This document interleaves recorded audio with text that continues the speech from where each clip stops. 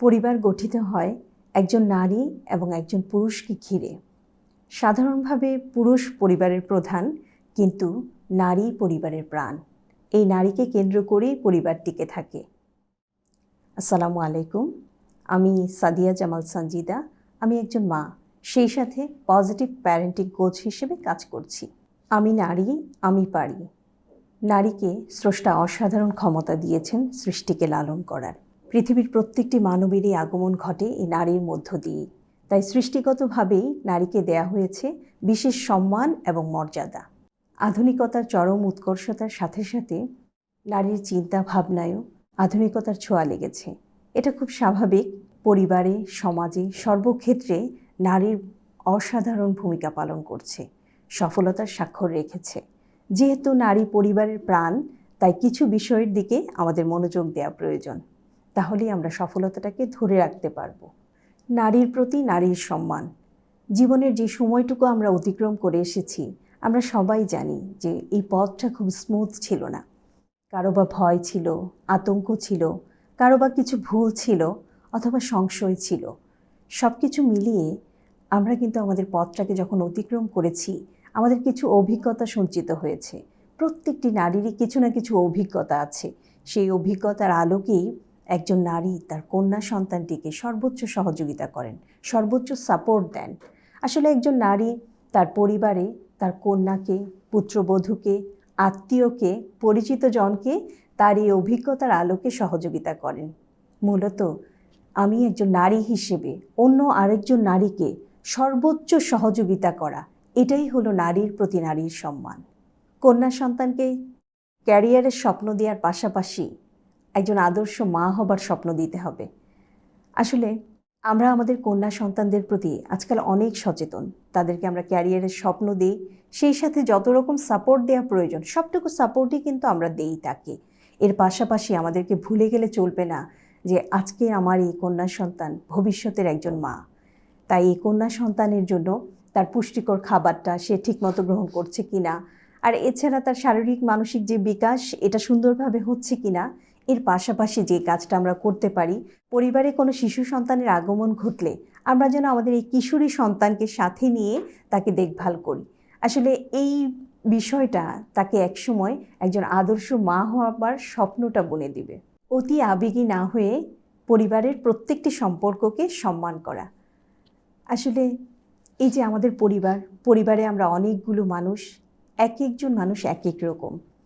আমরা যখন ভাবতে থাকি আমার পরিবার, আমার সন্তান, আমার হাজব্যান্ড, এই যে এই আমার ভাবনাটি কিন্তু আমাদের মধ্যে এক ধরনের ডিপ্রেশন তৈরি করে, হীনমন্যতা তৈরি করে।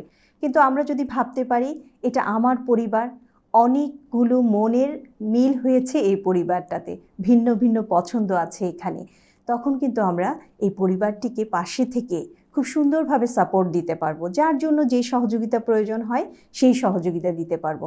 আমরা অনেকগুলো মনের মানুষ একসাথে আছি, এটা আমাদের পরিবার।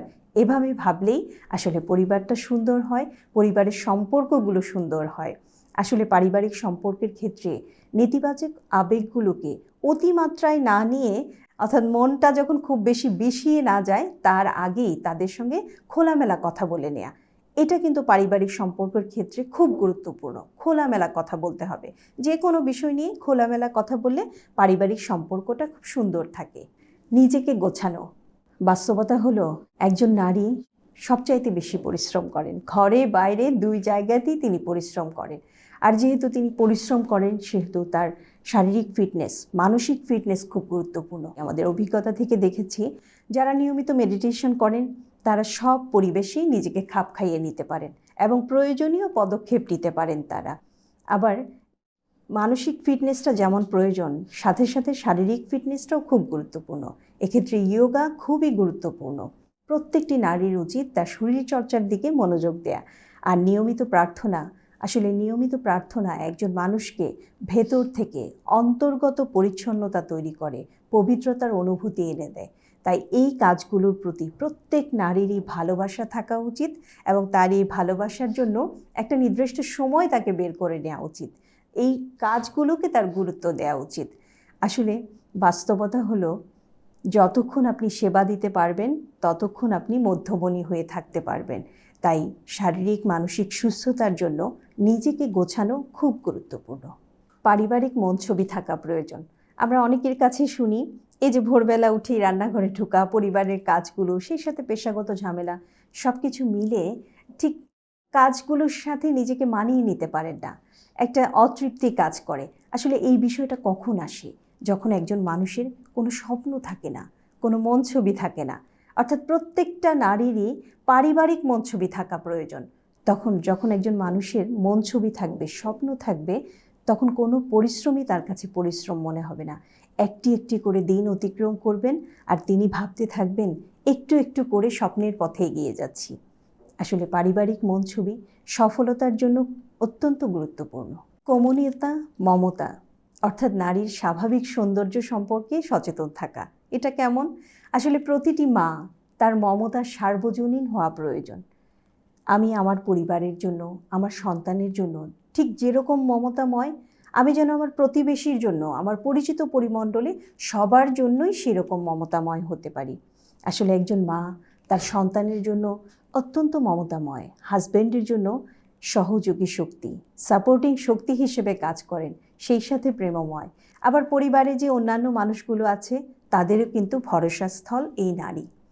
অর্থাৎ আমি একজন নারী, আমি আমার পরিবারের প্রাণ।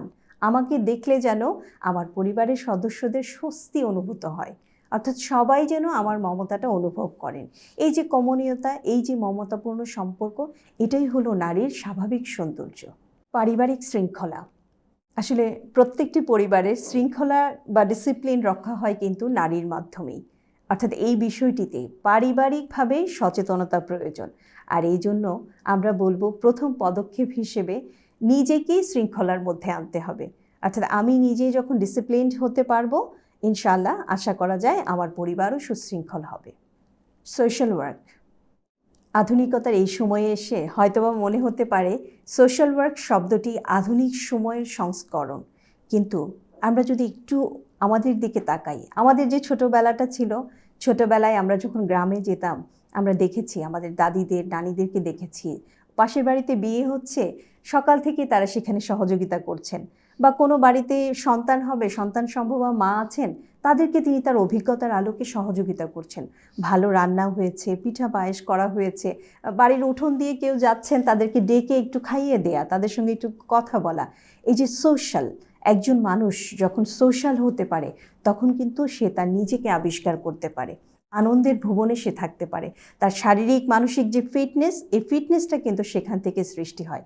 আসলে আমরা যদি একটু চিন্তা করি যে আধুনিক এই সময়টাতে বরঞ্চ আমরা আমাদের নিজেদেরকে গুটিয়ে ফেলেছি। আমার প্রতিবেশীর যে সন্তান, এই সন্তানের সঙ্গে যদি আমার সম্পর্কটা ভালো থাকে, তার প্রতি যদি আমার মমতা থাকে, যখন আমি শুনবো যে সেই ছেলেটি ভালো রেজাল্ট করেছে বা ভালো একটা অবস্থানে আছে, তখন কিন্তু আমার আনন্দ লাগবে। কেন লাগবে?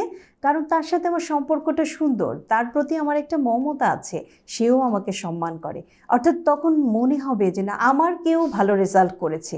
আসলে আত্মকেন্দ্রিকতা একজন মানুষকে কখনোই সফলতার পথ দেখায় না। আর আমরা নারী, আমরা তো মমতাময়, সবার জন্য আমাদের মমতাটা সমানভাবে থাকবে।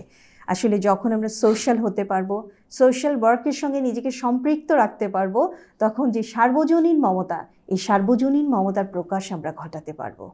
অর্থাৎ নিজেকে সবার কাছে গ্রহণযোগ্য করে তুলতে হবে। আসলে নিজেকে গ্রহণযোগ্য করে তোলার মধ্য দিয়েই সেন্টার অফ লাভ বা সেন্টার অফ অ্যাট্রাকশন হিসেবে নিজেকে তৈরি করতে হবে। আসলে যখন সেন্টার অফ অ্যাট্রাকশন হিসেবে নিজেকে তৈরি করতে পারবো, তখন ব্যক্তি আমি ভালো হই। আর ব্যক্তি ভালো হলে পরিবার ভালো হয়, পরিবার ভালো হলে সমাজ ভালো হয়, সমাজ ভালো হলে দেশ ভালো হয়। আর আমাদের সেই স্বপ্ন, ভালো মানুষ, ভালো দেশ, স্বর্গভূমি বাংলাদেশ, এই স্বপ্নের বাস্তবায়ন আমরা করতে পারবো ইনশাআল্লাহ। আজ এ পর্যন্তই। আজকের বিষয়ে অথবা প্যারেন্টিং বিষয়ে যে কোনো প্রশ্ন বা জিজ্ঞাসার জন্য ডেসক্রিপশন বক্সে ফোন নম্বর দেওয়া থাকবে, আপনারা যোগাযোগ করতে পারবেন। সবাই ভালো থাকুন, নিয়মিত মেডিটেশন করুন, পরিবারকে সময় দিন, সবার পরিবার হোক আলোকিত পরিবার। আসসালামু আলাইকুম।